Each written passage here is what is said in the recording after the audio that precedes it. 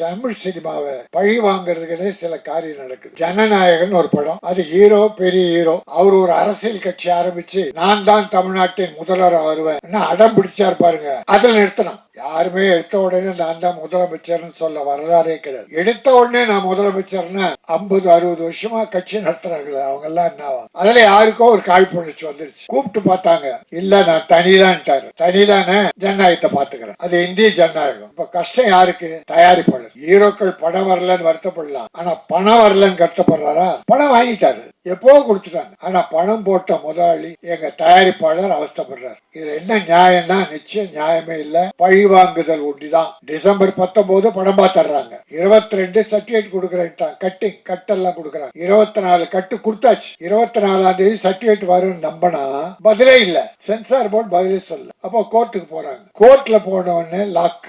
ஒரு மாசம் மேல ஆகுது, படம் வரல. நாளைக்கு அவர் சொல்லட்டும், நான் இந்த கட்சியோட அலைன்ஸ் போயிடுறேன் சொல்லட்டும். நாளை அந்த சாயந்தரம் 1 ஹவர்ல வீட்டுக்கு சர்டிபிகேட் போயிடும். அப்போ 100க்கு 100 அரசியல் விளையாடுது. அது தவறு. சினிமா உலகை பழி வாங்காதீர்கள். அவருக்கு குரல் கொடுத்தாங்களா? யாரும் கொடுக்கல. மற்றவங்களுக்கு கஷ்டம் வரும்போது அவர் யாருக்கும் குரல் கொடுக்கல, அவர் யாருக்கும் கொடுத்தது இல்லை. அதனால இப்ப எல்லாரும் அவரை விட்டாங்க. அதனால அவருடைய தைரியத்தில் அவர் தான் இனி வெற்றி பெறணும். தயாரிப்பாளர் காப்பாற்றணும்.